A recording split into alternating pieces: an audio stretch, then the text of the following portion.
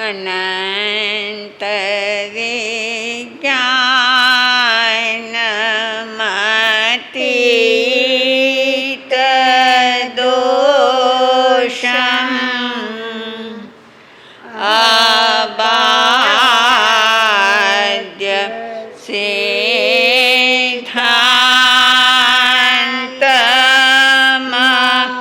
માર્ત્ય પૂજ્યમ શ્રીવર્ધમાનમ જેન માપ્તમોક્ષમ સ્વયંભુવં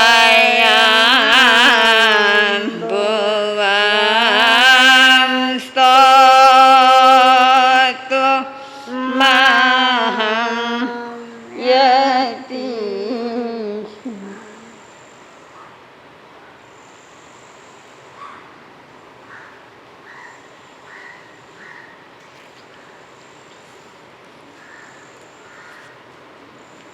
વિતરાગ પરમાત્મા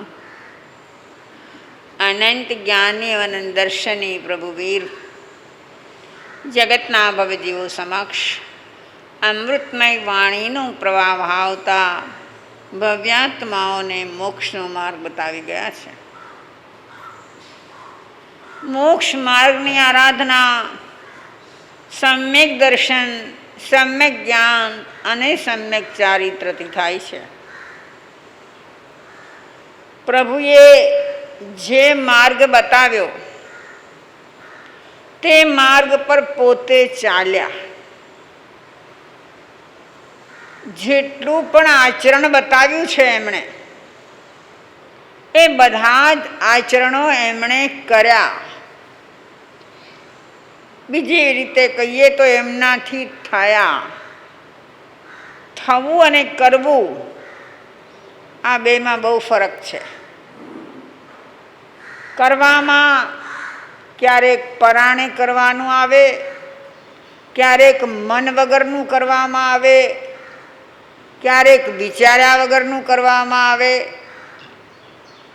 પણ થવામાં જે સહજતા આવે, થઈ જાય. કરવું ના પડે, થઈ જાય. તો સર્વજ્ઞ સર્વદર્શી ભગવાન મહાવીર પરમાત્માએ કર્યું એમ નહીં કહીએ, પણ એમના જીવનમાં સહજ સહજ થઈ ગયું. એ જ આપણને બતાવ્યું. જે પોતાનાથી નથી થયું એ એમણે બતાવ્યું નથી. વિચારજો, આ વાત થોડી વિચારવા જેવી છે. કારણ કે આપણા જીવનમાં ક્યારેક એવું બનતું હોય છે કે આપણે કરતા ન હોઈએ પણ બીજાને શિખામણ આપીએ. હોય ને આવું, આમ જ થવું જોઈએ, આમ જ કરવું જોઈએ. પણ ભાઈ તું આ કરે છે તો મારી વાત છોડો, હું તમને કહું છું. કેમ તારી વાત કેમ છોડવાની? મહાવીરે એ ના કર્યું. પોતાથી જે ના થયું એ કહ્યું નહીં, જે થયું તે એમણે કહ્યું. જે કંઈ આચરણમાં આવ્યું, જે કંઈ ચારિત્રમાં ઉતર્યું એ એમણે કહ્યું. અને જે કંઈ ચારિત્રમાં ઉતર્યું છે એ સહજ ઉતર્યું છે. સહજ ઉતર્યું છે. તમારા સાંસારિક જીવનની અંદર કેટલીક બાબતો સહજ થઈ જતી હોય છે. એમાં મા અને સંતાનના જે સંબંધો છે એ સંબંધોમાં જે કંઈ થાય છે એ બધું સહજ થાય છે. શીખવવું પડતું નથી, કરવું પડતું નથી. કેમ? તો કે ત્યાં જે મમત્વ છે, મારાપણાની જે લાગણી છે, આમ જ થવું જોઈએ. તમે તમારા સંતાનનું જે ભલું ઈચ્છો છો, કયું માવતર ભલું ન ઈચ્છે? ગમે તેવા હોય, પણ એમ જ ઈચ્છે કે મારા સંતાનનું સારામાં સારું થાય. એ કદી હેરાન ન થાય, એ કદી દુઃખી ન થાય. વિચારો છો ને આવું? તો એ સહજ થાય છે. એવી જ રીતે જ્ઞાની અનુભવી પુરુષો પોતાના આત્મા સાથે એટલા સંલગ્ન હોય છે, જેટલો લગાવ તમને તમારા સંતાનથી છે એનાથી વિશેષ લગાવ એને એના આત્મા માટે છે. પ્રત્યેક પલે, પ્રત્યેક ક્ષણે, પ્રત્યેક વ્યવહારમાં, પ્રત્યેક કાર્યમાં એની જાગૃતિ હોય છે કે આ થવાથી આત્મા ઉપર શું વીતશે. આપણી દશા એટલી બુરી છે, આપણે એટલા બેફામ જીવીએ છીએ કે કદાચ આપણને કોઈ કહેવા આવે કે ભાઈ તું આ શું કરે છે, આનું પરિણામ બહુ ભયંકર આવશે, તારે દુર્ગતિમાં જવું પડશે, રખડવું પડશે, ત્યાં ઘણું ઘણું સહન કરવું પડશે. તો કેટલાક લોકો એવા જવાબ આપતા હોય છે કે પડશે એવા દેવાશે, જોયું જશે ત્યારે જે થશે તે. શું જોયું જાય? ત્યારે પછી રડવા બેસીશ તો ચાલશે નહીં, પણ વિચારતા નથી. ત્યારે આમની સહજ દશા એવી બની હોય કે સહજ એ થઈ જાય. ગઈકાલે આપણે ભગવાન મહાવીરના ચર્યામાં વિચાર કર્યો કે કોઈ એમને વંદે છે, કોઈ પૂજે છે, કોઈ મારે છે, કોઈ નિંદા કરે છે. શેની અસર થાય એના ઉપર? કોઈ પણ અસર થતી નથી. કેમ ન થાય? હું એ પૂછું કે આપણને કાંઈ અસર થાય કે નહીં થાય? તમે જ્યાં સુધી મારી વાહ વાહ કરો ત્યાં સુધી તમે બહુ સારા, અને જો જરા મારા વિશે વાંકું બોલ્યા પછી નથી ફાવતું. પણ મેં તમને પહેલાં પણ કહ્યું છે, હજી કહું છું કે એ સમયે મુનિ વર્ધમાન 6ઠે 7મે ગુણસ્થાને ઝૂલી રહ્યા છે. એટલી ઉચ્ચ દશાને, અપ્રમદ દશાને પ્રાપ્ત કરી છે એને. એવી દશાવાળા એ મુનિ કેવી છે એની આંતર પરિસ્થિતિ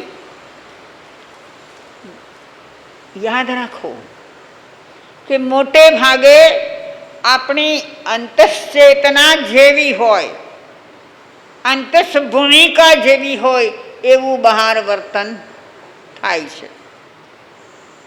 જેને આપણે બહુ સારો ને સજ્જન માણસ માનતા હોઈએ અને એ કંઈક અયોગ્ય વર્તન કરે તો આપણે ચલાવી લઈએ છીએ. ભલે વધારે નહીં તો એટલું તો ને કહીએ કે ભાઈ તમને આ ન શોભે, એટલું કહીએ છીએ ને. આપણી પાસે અપેક્ષા છે એ કે નહીં આ વ્યક્તિ તો આવું ન જ કરે, એનાથી તો આમ થાય જ નહીં. કેમ? તો કે એના સંસ્કાર છે, એની ભૂમિકા એ છે. તો અહીં પણ એ જ છે કે 6ઠે 7મે ગુણસ્થાને ઝૂલતો મુનિ, એની દશા કેવી હોય, આંતરદશા કેવી હોય. આપણે શું છે બહારનું બધું પકડ્યું છે, મુનિએ આમ કરાય ને આમ ન કરાય, સચેતને સ્પર્શ ન કરાય, અચેતના વપરાય. ખામણામાં બોલો ને, સચેતના ત્યાગી, અચેતના ભોગી. આ સાવ ખોટો શબ્દ છે. ભોગ ભાવના મુનિમાં છે જ નહીં. ખામણામાં શું બોલો છો? 4થા 5મા ખામણામાં એ મુનિ કેવા છે? સચેતના ત્યાગી. એ તો બરાબર છે, સચેતના ત્યાગી છે, જેમાં જીવ પ્રદેશો છે એને સ્પર્શ પણ કરતા નથી. તો સચેતના ત્યાગી, પણ અચેતના ભોગી એટલે એને ભોગ ભાવના હોય અંદરમાં. આ માણી લઉં, આ ભોગવી લઉં, આવી ભાવના હોય. પછી કેમ આવો શબ્દ લગાડ્યો? કોઈ વિચાર કર્યો તમે? હે બહેનો ભાઈઓ, ઘણાને પ્રતિક્રમણ આવડતું હશે. અહીં તો ભાઈએ કેટલાક પ્રતિક્રમણ રોજ કરે છે ને તમે કરો છો. આ શબ્દ જ્યારે આવે છે અચેતનો ભોગી, ત્યારે એના વિશે કોઈ દિવસ વિચાર આવ્યો છે તમને કે લોલે લોલ ચલાવે જવાનું? શું છે આ? એની ભોગ ભાવનાઓ વિરમી ગઈ છે. પાંચે ઇન્દ્રિયોનો જે ભોગ છે, શું કીધું ચોથા શ્રવણ સૂત્રમાં? પંચહી કામ ગુણેહિ. બરાબર છે? પંચહી કામ ગુણેહિ સદ્દેણં રૂવેણં ગંધેણં રસેણં ફાસેણં. પાંચે ઇન્દ્રિયોથી જે વિષય ગ્રહણ કરાય છે એ પાંચેય કામરૂપ છે. કામ ગુણેહિ કીધું તો છઠ્ઠે સાતમે ઝૂલતા મુનિના અંતરમાં કામગુણ હોય ખરો? નહીં ને, છતાં કામી બોલો છો.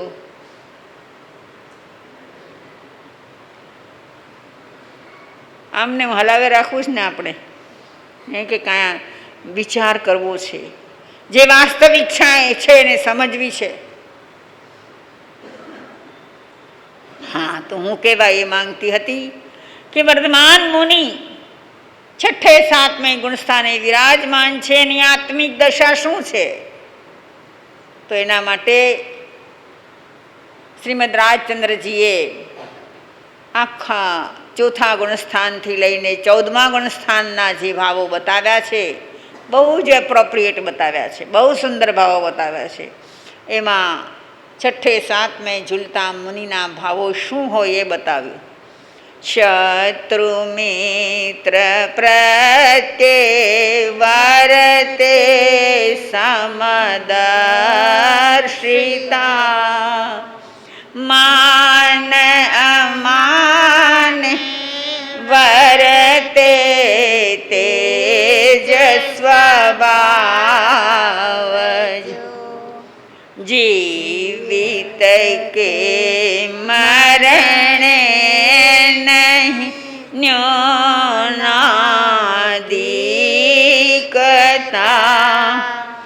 ભવ મોક્ષે પણ વર્તે શુદ્ધ સ્વભાવ.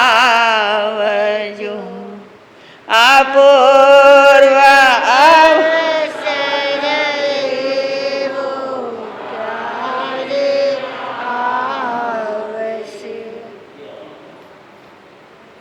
શ્રીમદજી પોતે ચોથા ગુણસ્થાનમાં રમી રહ્યા છે. થોડીક વાતો કરી લઈએ એમની આપણે. ચોથા ગુણસ્થાનમાં એ રમી રહ્યા છે. સમ્યક દર્શનની પ્રાપ્તિ થયેલી છે. દેહ આત્માનું ભેદ વિજ્ઞાન એમને વર્તી રહ્યું છે. દેહ તે જુદો છે ને હું તે જુદો છું, આવા જુદાપણાનું ભિન્નપણાનું ભાન એમને વર્તી રહ્યું છે. પણ અંતઃકરણની ભાવના છે કે આનાથી આગળ ક્યારે વધવું. એમણે આ જે કાવ્ય આખું લખ્યું છે એ લખવા માટે નથી લખ્યું, એમનામાં કવિત્વ શક્તિ હતી માટે લખ્યું છે એમ નથી, પણ એના અંતરના જે ભાવો હતા એમને ક્યાંથી ક્યાં પહોંચવું હતું. તો મુનિ દશામાં શું ભાવો હોય? પોતાની મુનિ દશા નથી, ગ્રહસ્થી છે, ચતુર્થ ગુણસ્થાન છે, પણ એમને છઠ્ઠા સાતમા ગુણસ્થાનના જે ભાવો છે એ ભાવોને સેવવા છે. તો એમણે એમનું વર્ણન કર્યું છે કે કેવો હોય મુનિ, એની ભૂમિકા કઈ હોય, એના મન વચન કાયાના યોગો કઈ રીતે વર્તતા હોય. તો કેટલી સુંદર વાત બતાવી. શત્રુ મિત્ર પ્રત્યે વર્તે સમદર્શિતા. શત્રુ હોય કે મિત્ર હોય, બે પ્રત્યે જેનો સમભાવ છે, સમ પ્રકારે જોવાપણું છે, સમદર્શિતા, બેયને સમ જુએ છે. હવે અહીંયા એક પ્રશ્ન ઊભો થાય છે. આ સાંભળીને તમને કંઈ પ્રશ્ન ઊભો થયો? બહેનો ભાઈઓ, થાય છે તમને પ્રશ્ન ઊભો?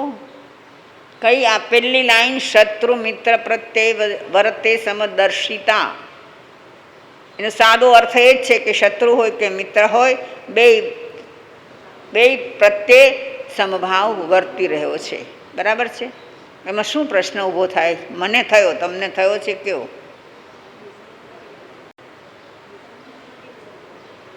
બોલો બોલો, મને કયો.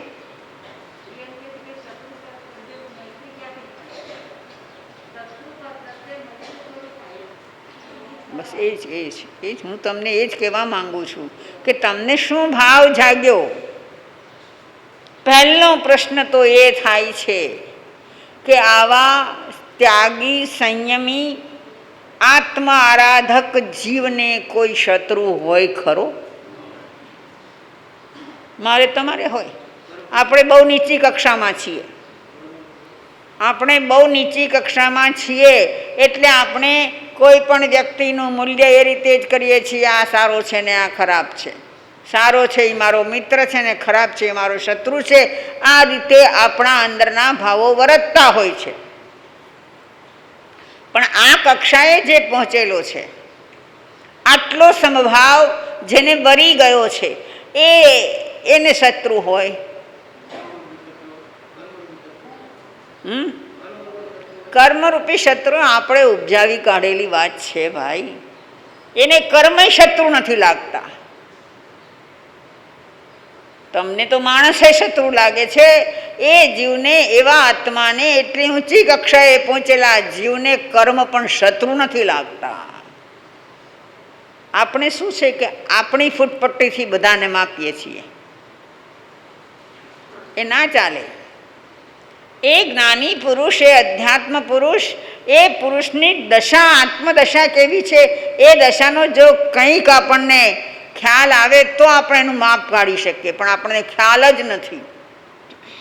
હવે આ બેને કહ્યું કે એમ કંઈ થોડું શત્રુ પ્રત્યે મિત્રતા આવે. અરે ભાઈ, બહુ સાંકડી દ્રષ્ટિથી વિચારો છો. પણ મારા પ્રશ્નનો જવાબ શું કે આટલી કક્ષાએ પહોંચેલો કોઈ જીવ હોય એને શત્રુ હોય ખરો? એ કોઈને આંગળી ચીંધીને કહેતો હોય કે આ મારો દુશ્મન છે?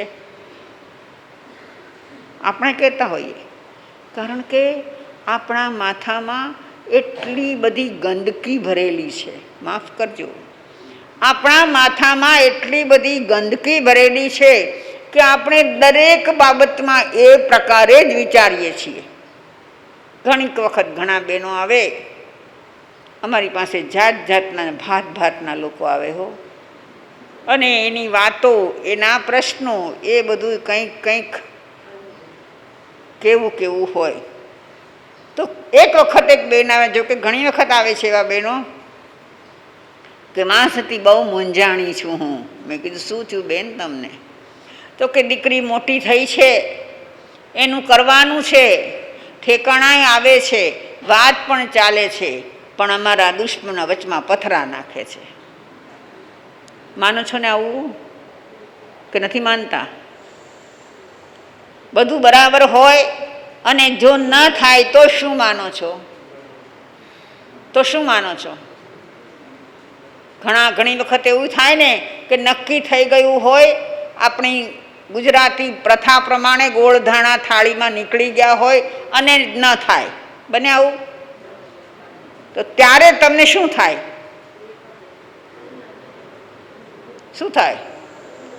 ફલાણાએ પથરો નાખ્યો. આવું જ થાય ને. દોષ કોનો? તમે જેને શત્રુ માન્યો છે એનો. એક બનેલી ઘટના કહું. બહુ વર્ષો પહેલા એક ઘટના ઘાટકોપરમાં બની. અત્યારે પણ એ કુટુંબ મોજૂદ છે. એ કુટુંબની દીકરીની સગાઈ કરવી હતી, ઠેકાણા જોવાતા હતા. એમ કરતા ઘાટકોપરમાં જ એક જગ્યાએ ફિક્સ થયું. બે લગભગ 20-22 વર્ષની ઉંમરના હતા, દીકરો દીકરી બે. નક્કી થઈ ગયું, ગોળ ધાણા આવી ગયા, મળી પેલા છોકરાને એમ થયું કે હજી 2-4 કન્યા જોઈ લઉં, એટલે એ વાતનો બંધ વાળી દીધો કે ભાઈ હવે હમણાં નહીં. પત્યું પછી તો આગળ વાત ચાલે, બીજે જુએ. માનશો તમે, એ જોતા જોતા જોતા દીકરીવાળાએ પણ કેટલા ઠેકાણા જોયા, આ દીકરાવાળાએ કેટલા ઠેકાણા જોયા, ક્યાંય મેળ ખાધો નહીં. એ 20 વર્ષના બે હતા, એ 40 વર્ષના થયા ત્યારે ત્યાં ને ત્યાં થયું. 40 વર્ષે બે પરણ્યા. આમ કેમ થયું? તમારી સમજણ શું કે છે?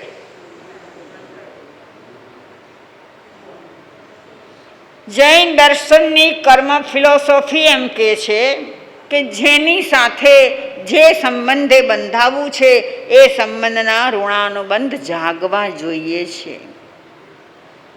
ઋણાનુબંધ ન જાગે તો ભલે એ જ બે સંબંધમાં બંધાવાના છે પણ નથી બંધાઈ શકતા.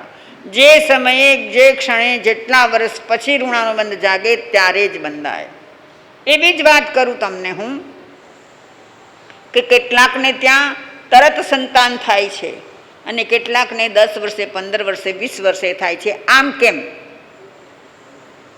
કોઈ ત્રુટિ નથી, કોઈ તકલીફ નથી, અને છતાં એટલા વર્ષે કેમ થયું?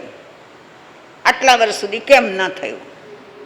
અરે, જે જીવને તમારી સાથે સંતાન અને માવતર થવાના ઋણાનુબંધ હોય એ ઋણાનુબંધ જાગવા પડે છે. એના પણ જાગે, સંતાન થવાનું છે એના, અને મા બાપ બનવાના છે એના પણ જાગે, ત્યારે જ એ જીવ સંતાન તરીકે તમારે ત્યાં જન્મે છે. તો આ સગાઈ કે લગ્નની વાતો છે એમાં એવું છે કે જ્યારે ઋણાનુબંધ જાગે ત્યારે જ થાય છે. 20 વર્ષ સુધી કોઈ નહીં મળ્યું એને? ઘણા સારા સારા ઠેકાણા જોયા હશે ને, કેમ ન ક્યાંય જામ્યું અને અહીંયા જ પાછો કેમ આવ્યો? હવે ઋણાનુબંધ જાગ્યા તો ત્યાં પથ્થરો નાખવાની વાત આવી ખરી? તમે શું કહો છો? આજ માનો છો ને? અમારો ઓલો એક છે ને, એ અમારું કાંઈ ઠેકાણે પડવા જ નથી દેતો ને. અરે, એની કઈ તાકાત છે? તારા ઉદયો પાસે એની શું તાકાત છે? તે જેવા પુણ્ય પાપો કર્યા છે એવું આવે છે તારા જીવનમાં, એ કંઈ કરતો નથી. તો મારે આપણો પ્રશ્ન એ હતો કે આટલી ઊંચી કક્ષાના, આટલી ઊંચી ભૂમિકા જેની છે એ મુનિને કોઈ શત્રુ હોય ખરો? શત્રુ મિત્ર પ્રત્યે વર્તે સમદર્શિતા, આવો શબ્દ કેમ મૂક્યો શ્રીમદજીએ? તો એમ કહે છે કે એ મુનિને તો કોઈ શત્રુ નથી, એ કોઈને શત્રુ માનતા નથી, પણ સામેવાળો જો માનતો હોય એ બની શકે ને? કે સામેવાળી વ્યક્તિ, પછી એ ગ્રહસ્થી હોય કે ત્યાગી હોય, પણ એ વ્યક્તિ જો આ મુનિને શત્રુ માનતી હોય તો પણ મુનિને બેવ પ્રત્યે સરખો ભાવ હોય. બેનનો પ્રશ્ન પણ સારો છે કે જે શત્રુ છે એના પ્રત્યે મિત્રભાવ કેમ જાગે? કારણ કે શત્રુ એણે માન્યો જ નથી. મિત્તિ મેં સવ્વભૂએ શું બોલો છો? રોજ બોલો છો ને, અને છતાં અંદરમાં એ ભાવ ઉત્પન્ન થાય છે. મિત્તિ મેં સવ્વભૂએ શું અર્થ થાય છે એનો? કે જગતના સર્વ જીવો સાથે મારે મૈત્રી છે, તો પછી કોણ શત્રુ હોય એનો? કોઈ ના હોઈ શકે. માટે દરેક જીવો પ્રત્યેક સરખો ભાવ છે. મહાવીરને જેવા ગૌતમ હતા એવો જ ગોશાળો હતો. ગોશાળા પ્રત્યે એમને કોઈ વેર ઝેર દ્વેષ નહોતો, અને ગૌતમ પ્રત્યે કોઈ રાગ ભાવ નહોતો. આ છદ્મસ્થ અવસ્થાની વાત કરું છું. શત્રુ મિત્ર પ્રત્યે વર્તે સમદર્શિતા, માન અમાને વર્તે તે જ સ્વભાવ. જો કોઈ માન આપે છે, સન્માન કરે છે, બહુમાન કરે છે. આ બહુમાન શબ્દ આવે ને તો મને થોડોક ખટકે છે, કારણ કે આ તમે લોકોએ બહુમાનને એટલો બધો શબ્દને હળવો કરી નાખ્યો છે ને. હું તો સાચા બહુમાનની વાત કરું છું. અંતરના ભાવથી કોઈ ત્યાગી, કોઈ તપસ્વી, કોઈ મહાન, એની પ્રત્યે જે આપણને ભાવ જાગે છે, માન જાગે છે, એનું નામ બહુમાન છે. 10 રૂપિયામાં બહુમાન નથી છુપાયેલું. હા, તો માને અમાને વર્તે તે જ સ્વભાવ જો. એને કોઈ માન આપે, આદર આપે, આવકાર આપે, એનો જય જયકાર થાય, એ કેવા ફૂલતા હશે. આજે એમને ભગવાન મહાવીરને નિર્વાણ પહોંચ્યા પણ 2600 વર્ષ થવા આવ્યા છે, અને આજે પણ એનો જયકાર જયકાર જયકાર આપણે બોલાવીએ છીએ. તો એ ત્યાં કેટલા ફૂલાતા હશે. ભલે સિદ્ધ ક્ષેત્રમાં બેઠા નહીં. કેમ?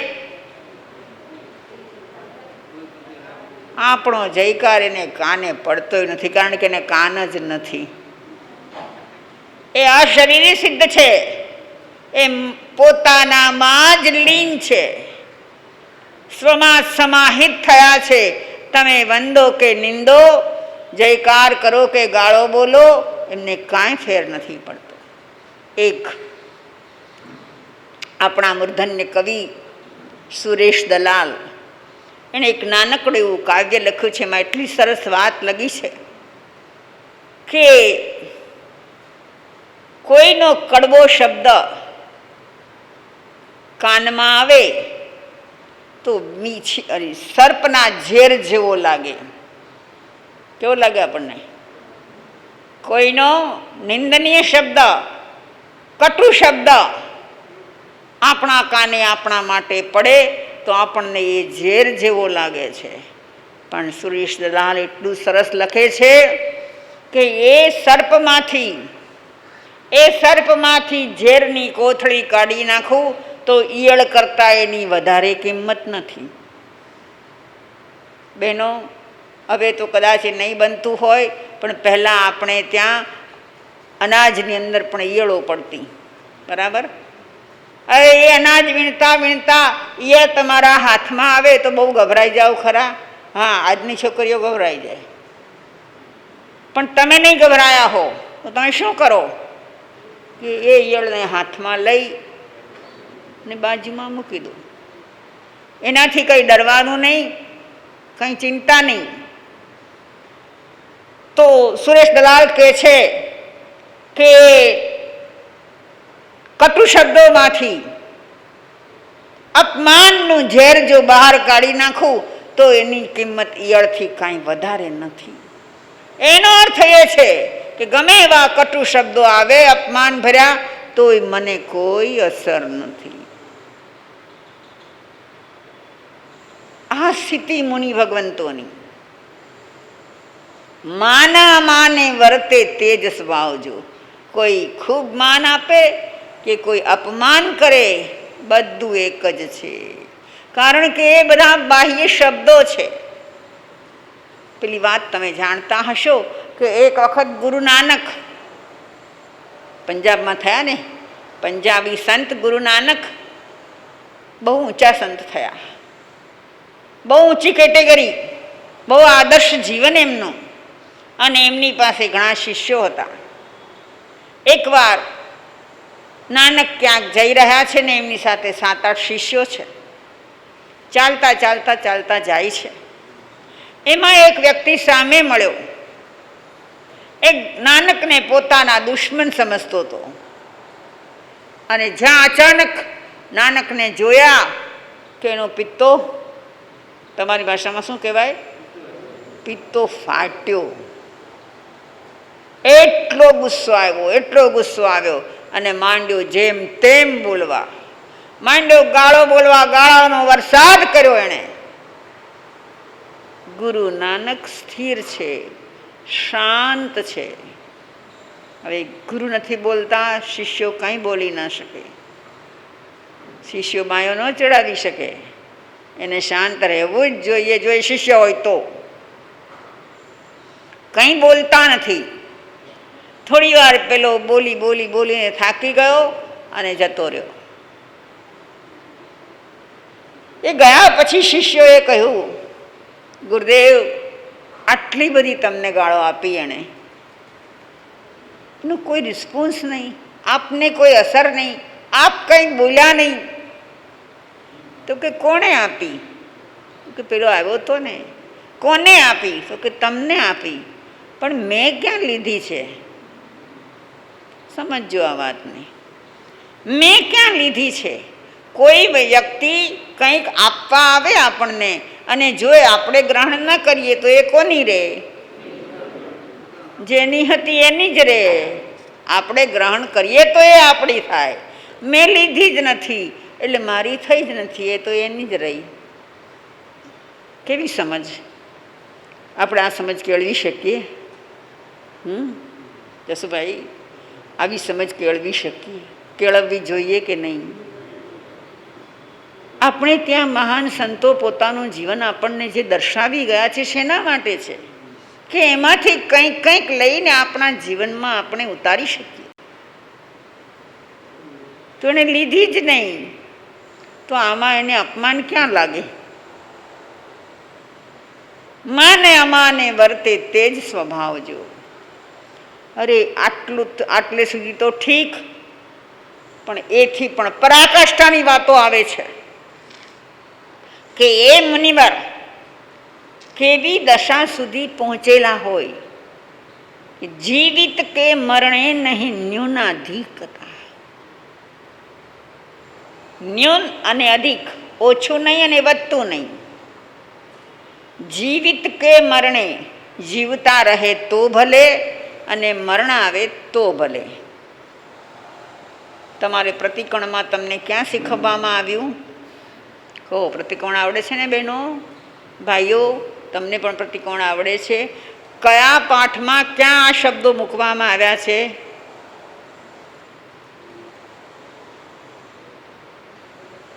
કહો પ્રવીણભાઈ, પ્રતિકોણ જાણો છો? મને બતાવો.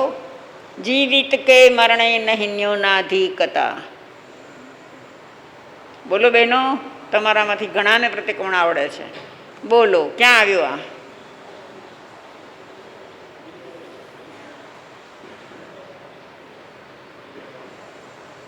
વિચારના દરવાજા બંધ કરી દીધા છે. અમે એવું કાંઈ વિચારતા શીખ્યા નથી. અમારે શબ્દો બોલવાના એટલે બોલી જઈએ છીએ. બરાબર છે?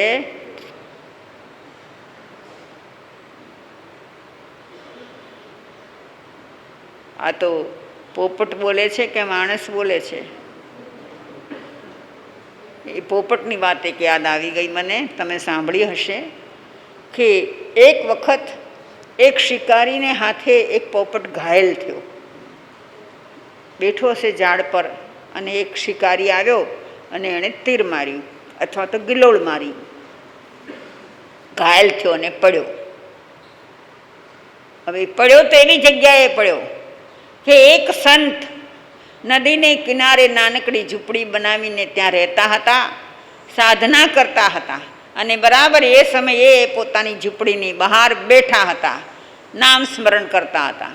અને પેલું પોપટ ત્યાં પડ્યો. જોયું સંતે તો સંતને એમ થયું, ઘરે બિચારો ઘાયલ થયો છે. ગયા, એના પર થોડું પાણી છાંટ્યું. પેલાને જરા કળવળી. એટલે મોટે ભાગે જંગલમાં રહેતા સંતો હોય ને, એને જંગલની વનસ્પતિઓની બહુ ખબર હોય, જડીબુટ્ટીઓ વિશે બહુ જાણે એ. તો એ સંત જાણતા હતા, તો ક્યાંકથી એવી જડીબુટ્ટી લઈ આવ્યા. એને જે ઘસવાની હતી ઘસી, એને લેપ લગાડ્યો, અને કંઈ ખવડાવવાનું હતું ખવડાવ્યું. પોપટ કંઈક સ્વસ્થ થયો.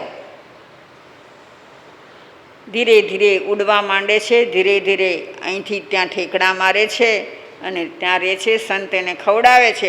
પોપટને મજા આવી ગઈ છે. સંતને વિચાર આવ્યો કે આ તો બોલે એવું પ્રાણી છે, આને જો કંઈક શીખવ્યું હોય ને તો એ સાવચેત રહી શકે. તમને સામાયિક પ્રતિક્રમણ શું કામ શીખવીએ છીએ અમે ને? તમે સાવચેત રહી શકો એટલે ને. સંતે પોપટને સાવચેત રહેવા માટે કંઈક શીખવવા માંડ્યું. એણે કહ્યું કે બેટા બોલો કે શિકારી આવશે, ઝાડ બિછાવશે, દાણા નાખશે, પણ ફસાવું નહીં. પારધી એ જ કરે ને. પહેલાં તમે જો સાંભળ્યું હોય પહેલાંનું, તો એની પાસે એવી ઝાડ હોય, જેમ અત્યારે માછલીને પકડવાની ઝાડ હોય છે, એવી ઝાડ હોય. દાણા વેરી એના પર એ ઝાડ નાખી દીધી હોય. પક્ષીઓને ખાલી દાણા દેખાય, ઝાડ ન દેખાય, અને એ પક્ષીઓ ત્યાં દાણા ચણવા જાય તો એના પગ ઝાડની અંદર ફસાઈ જાય. તો આ શિકારીઓ એ પક્ષીઓને લઈ જાય. સંતાને શીખવવા માંડ્યા. પોપટ શીખવા માંડ્યો. રોજ રોજ ધીમે ધીમે ધીમે કરતાં આખું શીખી ગયો. શિકારી આવશે, ઝાડ બિછાવશે, દાણા નાખશે, પણ ફસાવવું નહીં. પછી તો ઉડે છે, ગાતો ગાતો ઉડે છે, અહીંથી ત્યાં જાય છે. સંતને એમ થયું કે વાહ, હવે આ બરાબર શીખી ગયો છે, હવે વાંધો નહીં આવે. એટલે આ તો ગગન વિહારી પક્ષી છે, મુક્ત વિહારી છે, એને શું કામ બાંધીને રાખવો? એટલે એને ઉડાડી મૂક્યો કે જા ભાઈ, તું તારા ટોળામાં બળી જા. ઘણા પક્ષીઓ ટોળામાં જ રહેવા ટેવાયેલા હોય. પોપટ ગયો જંગલમાં, અને જ્યાં એના ભાઈઓ પોપટો હતા ત્યાં ગયો. હવે બહાર જઈને આવે ને કંઈક નવું શીખીને આવે તો શું થાય? હે, અરે તમે ક્યાંક કોક મહારાજ મહાસતીના દર્શન કરવા ગયા હો અને ત્યાંથી કાંઈક નવું શીખી આવ્યા, તો આમ તમને અંદર ખદબદાટ કેટલો હોય કે ક્યારે જઈને ઉપાસરીમાં કહું, બધાને કહું હું આ શીખી આવી, હું આ શીખી આવી. તો પોપટે તમારા માયલો જ હોય ને. પોપટને પણ ખદબદાટ થવા માંડ્યું કે અમારા જાત ભાઈઓને હું શીખવી દઉં. અને એમાંય પાછો એની અહંકાર હોય. હો, તિર્યંચ પ્રાણી છે ને, પણ એને અહંકાર હોય. હું કાંઈ એમ થોડો શીખવવા જાઉં, એ તો ગાતો ગાતો ઉડે છે. બધા પોપટો ઉડતા હોય એની સાથે ઉડે છે, પણ પોતે ગાય છે. ઓલા પોપટોને એમથી કીધે આ તો કેવું સરસ ગાય છે, કે તો આપણે ન શીખીએ? સાંભળે છે, રોજ સાંભળે છે, ને સાંભળતા સાંભળતા બધા જ પોપટો શીખી ગયા. હવે એક વખતે ઝાડ પર બેઠા છે, 10-15 પોપટનું ટોળું બેઠું છે અને ગાઈ રહ્યું છે. અને એવામાં એક શિકારી આવે છે. શિકારી, એ લોકો શિકારીની પણ કળા હોય, એટલે ઝાડની પાછળ છુપાઈ જાય ને પછી ઝાડ નાખે ને એવું બધું. આ બધા એમ જ કરતા હોય ને. વેપારી શું કરે? ઝાડ એમ જ નાખે ને. હે, તમે લોકો ઝાડ નાખો કે નહીં? એમ જ હોય. તો પેલો શિકારી પણ ઝાડની પાછળ છુપાય છે, પણ એ છુપાણો ત્યાં એને આ સાંભળ્યું કે કિલ્લે આ લોકોને તો કોઈક ગુરુ મળી ગયો, આ પોપટોને કોઈક ગુરુ મળી ગયો, હવે એ ફસાવાના નહીં, આપણને મળવાના નહીં. એટલે એ તો એમને ઝાડ લઈને પાછો ગયો. પાછા જાઓ એમને ખાલી હાથે તો અહીંથી કાંઈ સાંભળવું પડે? હે ભાઈઓ,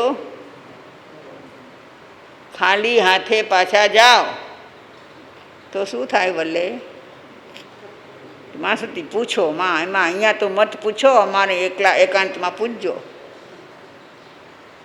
પેલા શિકારીને એની પત્ની કહે છે કે શું લઈ આવ્યા? તો કે અરે ભાઈ, કળિયુગ આવ્યો છે, કળિયુગ. તો કે શેનો કળિયુગ? કે અરે આ પક્ષીઓ પણ શીખી ગયા.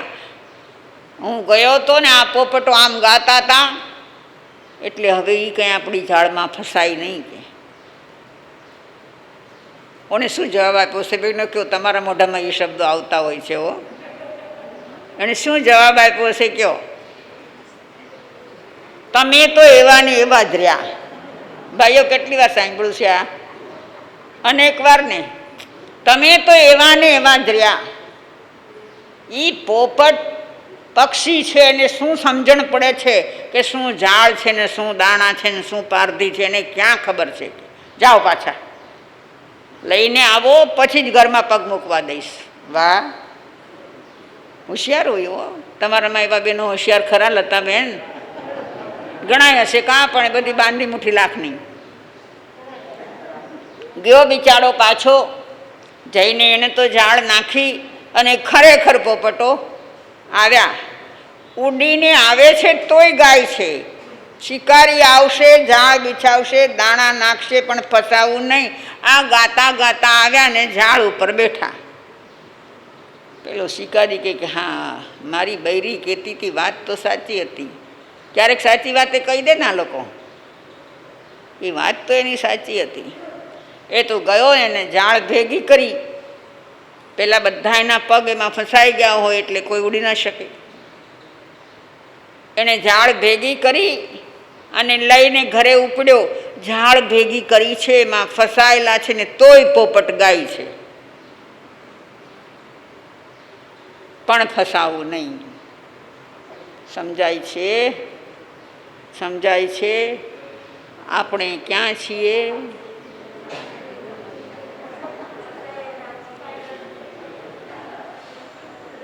આપણા પ્રભુએ પણ આપણને કીધું છે, ઘણું ઘણું કહી ગયા છે, પણ એ સમજવાની કોશિશ કેટલી કરી?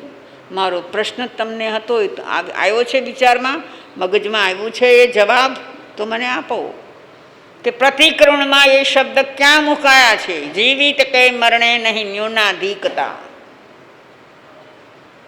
કહો, કોણ જાણે છે પ્રતિક્રમણ? કહો, નથી ખબર? તમારા સંથારાના પાઠમાં જે અતિચારો બતાવ્યા છે, શું કીધું? જીવ્યા સંસ્પોગે, મરણા સંસ્પોગે.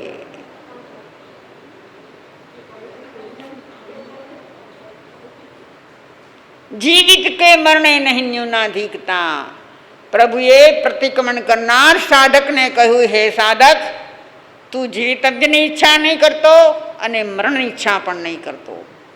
બધું અનુકૂળ છે, બધું સુખ છે, બધું સારું છે, તો વધારે જીવવું તો ઠીક, એ પણ નહીં.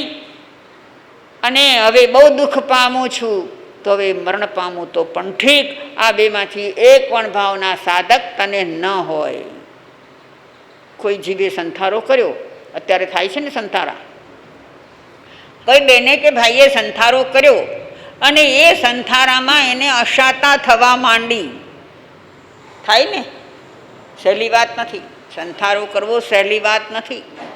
એને અશાતા થવા માંડી તો શું થાય એને? કેવા ભાવો થાય એને? કે હવે તો આ ક્યારે પૂરું થાય? થાય ને? અરે, આપણા ઘણા બહેનો ભાઈઓ શારીરિક વ્યાધિ હોય, માનસિક વ્યાધિ હોય, કૌટુંબિક વ્યાધિ હોય, અને એ રીતે શરીરથી મનથી પીડાતો હોય તો બોલતો હોય છે કે હવે તો ભગવાન આ દોરી ખેંચી દે તો ઠીક. ભગવાન નવરો બેઠો જ તમારે દોરી ખેંચવા? એની પાસે દોર્યું જ નથી. થોડાક દડા મોકલી દેજો, દોરીના દડા થોડાક ત્યાં મોકલી દેજો. એ ક્યાં ખેંચવા બેઠો છે? એટલે તો આપણે ત્યાં કર્મ ફિલોસોફીમાં સ્પષ્ટ કહેવામાં આવ્યું છે કે તારા આયુની એક ક્ષણ વધતી નથી કે ઘટતી નથી. જ્યારે જે સમયે નિર્મિત થયેલું છે, તું જ્યારે આ દેહમાંથી નીકળવાનો છે ત્યારે જ નીકળશે. કદાચ તું શાતામાં હો તો પણ, અશાતામાં હો તો પણ. સાંભળીએ છીએ ને આપણે, કાંઈ જ ન હોય, હટ્ટો કટ્ટો જુવાન હોય અને એક ક્ષણની અંદર પૂરું થઈ જાય છે. પૂરો શાંતિથી શાતાથી જીવતો હોય અને છતાં ચાલ્યું જાય છે. અને કોઈ કેટલો રીબાતો હોય, એ ઈચ્છે તો પણ નથી જઈ શકતો. પણ સાધક માટે કહ્યું છે, આ તો એ ગ્રહસ્થની વાત છે. સાધક જીવ, સાધક તમે પણ છો ને અમે પણ છીએ. સાધક જીવને કહ્યું છે કે ન જીવ્યા સંસ્પોગે મરણ્યા સંસ્પોગે. જીવિત કે મરણે નહીં ન્યૂનાધિકતા. એ સંત એમ વિચારે છે કે જીવતો રહું તો પણ ભલે અને મરું તો પણ ભલે. આપણા દેશી લોકો કહેતા, અમારા લતાબેનને ખબર હશે, દેશી લોકો કહેતા કે હાથી જીવતો હોય તો અને મરે તો. જો આ બોલતા બધું આવડે હો, પણ અંદરમાં ઉતારતા ન આવડે. અંદરમાં ઉતરે નહીં, આચરણમાં આવે નહીં. ભાઈ આનું શું કરવું? જીવિત કે મરણે નહીં ન્યૂનાધિકતા. જીવું છું તો પણ ભલે, મરું તો પણ ભલે. હવે ઘણા લોકો હોય ને, કોઈક વખત કાંઈક મરણની વાત કરીએ ને તો કહે ને એ વાત નહીં કરો, એ વાત નહીં કરો. અરે પણ શું કામ ન કરાય? મરણની વાત શું કામ ન કરાય? મરવું સાચું છે કે નહીં? આમાંથી કોણ નથી મરવાના કહી દો? બધાને મરવાનું. તો મારે પછી બહુ જ સંયમમાં રહીને બોલવું પડે ને. મારે એમ કહેવાય તમે બધા મરવાના છો, પણ તો કહેવાય નહીં ને. એવું કહું તો કેવું લાગે? ખરાબ લાગે છે આપણને. પણ છે બધા મરણધર્મા. એને બહુ સરસ શબ્દ વાપર્યો છે કે આપણે સૌ મરણધર્મા છીએ. એટલે શું? કે જે જન્મ્યો છે એ જવાનો જ છે. મૃત્યુ તો એનું થશે થશે ને થશે. અરે તીર્થંકર પરમાત્માનું પણ થાય છે તો આપણે કઈ વાડીનો મૂળો? આપણે કદી જીવતા રહેવાના નથી. પણ સાધક પુરુષ જ્યાં બેઠો છે, જ્યાં સાધના સાધે છે, જ્યાં પોતામાં એવો લીન છે, ત્યાં એને વિચાર જ નથી કે હું જીવું તો ઠીક, મરું તો ઠીક. કોઈ વિચાર જ નથી. મરણ હમણાં આવે તો પણ ભલે આવે, અને કદાચ વર્ષો પછી આવે તો પણ ભલે આવે. અને કાંઈ ફરક નથી પડતો. આ કેટલી સમદ્રષ્ટિ છે. આખી આ વાત છે ને, એ જીવે અંતરમાંથી પોતાને કેટલું સમત્વ સાધ્યું છે. અહીંયા સમત્વ એટલે નોટ ઓનલી સમતા, પણ ગમે તે પરિસ્થિતિ, અનુકૂળ પરિસ્થિતિ હોય તો પણ એ જ ભાવ, અને પ્રતિકૂળ પરિસ્થિતિ હોય તો પણ એ જ ભાવ. ભાવમાં કાંઈ ફરક નહીં. આપણે તો આપણી દ્રષ્ટિ, આપણા ભાવો, આપણી સમજ કેટલી કાચી છે કે આટલી પ્રતિકૂળતા આવે છે ને ખળભળી ઉઠીએ છીએ, હલી ઉઠીએ છીએ. આટલી પ્રતિકૂળતા સહન કરવી નથી આપણે. બધે અનુકૂળ અનુકૂળ અનુકૂળ જોઈએ છીએ. જ્યાં જઈએ ત્યાં બધું અનુકૂળ જોઈએ. પણ ભાઈ એવી પુણ્યાઈ કરીને ક્યાં તું આવ્યો છો કે તને બધે બધું અનુકૂળ મળે? અહીંથી બહાર ગામ જાઓ છો તો બધું અનુકૂળ મળે છે? કેટલું સહન કરવું પડે છે? ટિકિટ હોય, રિઝર્વેશન હોય, અને છતાંય ટ્રેનમાં બેસો ને ત્યાં જઈને ઉતરો તો હેરાન થાવ છો ખરા? કેમ એમ થાય છે? તો કે એટલી પુણ્યાઈ નથી કે જ્યાં આપણે આમ આગળ વધીએ ત્યાં લાખ પાક પાંદડીનું પદ્મ કમળ ફૂલ થઈ આવે. એવું આપણા માટે થતું હોય તો કેવું સારું થાય કે ન થાય? ન થાય. અરે નીચે કાંકરામાં, કાંટામાં, ધૂળમાં, માટીમાં પગ મૂકવાનો મને તો ભાઈ નથી ગમતું હો. મને તો એમ ઈચ્છા થાય કે હું પગ મૂકું અને કમળ ફૂલ થઈ આવે તો કેવું સારું. હા, તીર્થંકર નામ કર્મ ઉપાર્જન કર્યું હોય, મહા મહા મહાપુણ્યનો રાશિ એકઠો કર્યો હોય ત્યારે એવું મળે છે. બાકી તો કાંઈ મળતું નથી. તો બંધુઓ, વાલી બહેનો, આપણા જે પ્રકારના ઉદય છે એ ઉદયમાં સમત્વ રાખીએ કે આમ હોય તોય ભલે, આમ હોય તોય ભલે. તો આ રીતે આપણો મુનિ વર્ધમાન સમત્વ ભાવે ચાલ્યો જાય છે, વિહાર કરે છે. જે કંઈ આવે છે એની સામે દ્રષ્ટિ નથી કરતા. દ્રષ્ટિ જતી જ નથી કરતા એમ નહીં, એમની દ્રષ્ટિ જતી જ નથી. એક પણ વિકલ્પ અંદરમાં ઉઠતો નથી. આવી સ્થિરતા, આ દશા એમણે મેળવી છે, કેળવી છે. મહાવીરને ઓળખવા છે ને આપણે કે મારા મહાવીર કેવા હતા. તેણે કેવી ઊંચી દશા કેળવી હશે કે એના મનમાં કોઈ વિકલ્પ ઊભો નથી થતો. આ સારું છે કે આ ખરાબ છે, મારા માટે અનુકૂળ છે કે પ્રતિકૂળ છે? કાંઈ જ નથી, કાંઈ જ નથી, કાંઈ જ નથી. ચાલ્યા જાય છે, ચાલ્યા જાય છે. બસ આપણા પ્રભુ મહાવીર અત્યારે મુનિ વર્ધમાન તરીકે વિચરી રહ્યા છે. એ વર્ધમાન મુનિને કોટી કોટી વંદન કરી અને એમને જે કંઈ પરીક્ષાઓ સહન કરી રહ્યા હતા એ પરીક્ષાઓની જીતવાની એમની જે કળા, પરીક્ષાઓને સહેવાની જે શક્તિ, એ કળા, એ શક્તિ માટે આપણા અંતરમાંથી એમના માટે કોટી કોટી અભિનંદન નીકળે અને એવા પ્રભુના ચરણમાં સ્પર્શ કરીને આપણે પણ પ્રભુના માર્ગે ચાલીએ, એ જ ભાવના. ભાવ સજ્ઞાન. આંખો બંધ, શરીર સ્થિર, કરોડરજ્જુ સિદ્ધિ, ગરદન સિદ્ધિ. 3 વખત ઊંડા શ્વાસ લો, ઊંડા શ્વાસ છોડો.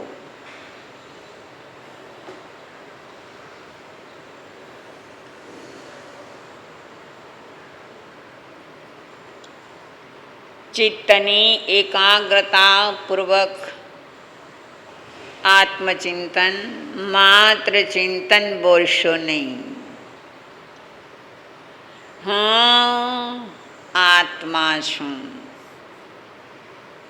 હું આત્મા છું.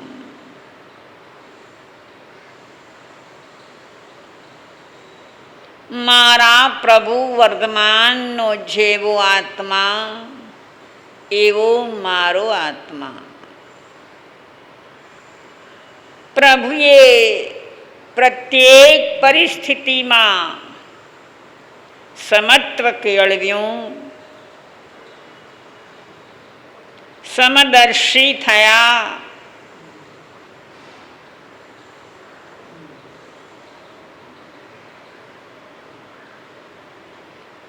અને સમદર્શી થવાને કારણે પોતામાં સ્થિત થઈ ગયા. મારો આત્મા પણ એવી જ શક્તિવાળો છે. હું ધારું તે કરી શકું છું. મારા પ્રભુના સાધક જીવનને સાંભળી, જોઈ, શ્રદ્ધી હું પણ એ શ્રદ્ધાપૂર્વક મારા અંતરને કેળવણી આપું. હું પણ એમના જેવો સમદર્શી બની શકું છું.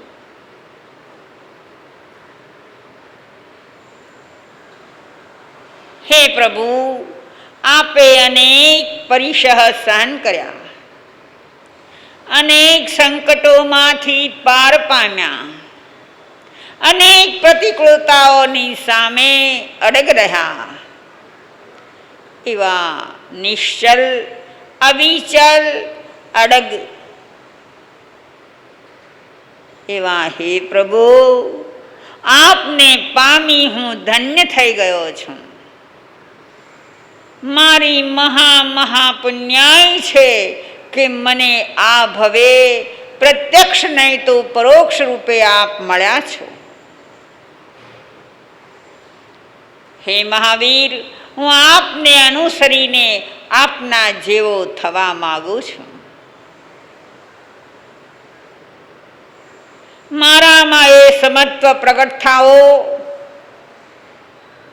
મારી બુદ્ધિમાં, મારા વિચારોમાં, મારી માન્યતામાં, મારી દ્રષ્ટિમાં સમદર્શિતા પ્રગટ થાઓ. પ્રત્યેક સંયોગોમાં હું સમ રહી શકું.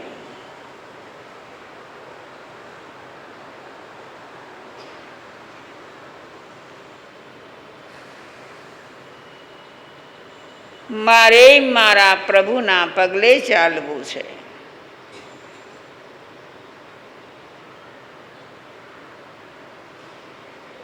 મને વિશ્વાસ છે, શ્રદ્ધા છે કે પ્રભુ, તારા પગલે ચાલવાથી હું તારી પાસે પહોંચી જઈશ. તે સિદ્ધત્વને પ્રાપ્ત કર્યું, હું પણ નમો સિદ્ધાણં પદમાં પ્રવેશ પામીશ.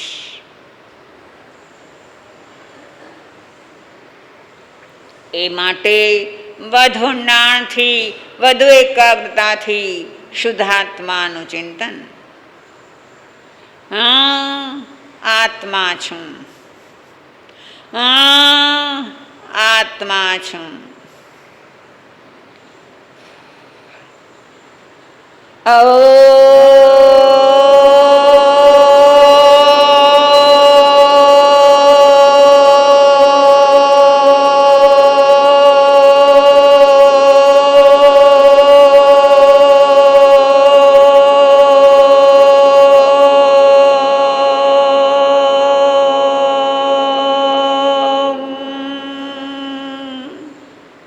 શાંતિ શાંતિ શાંતિ.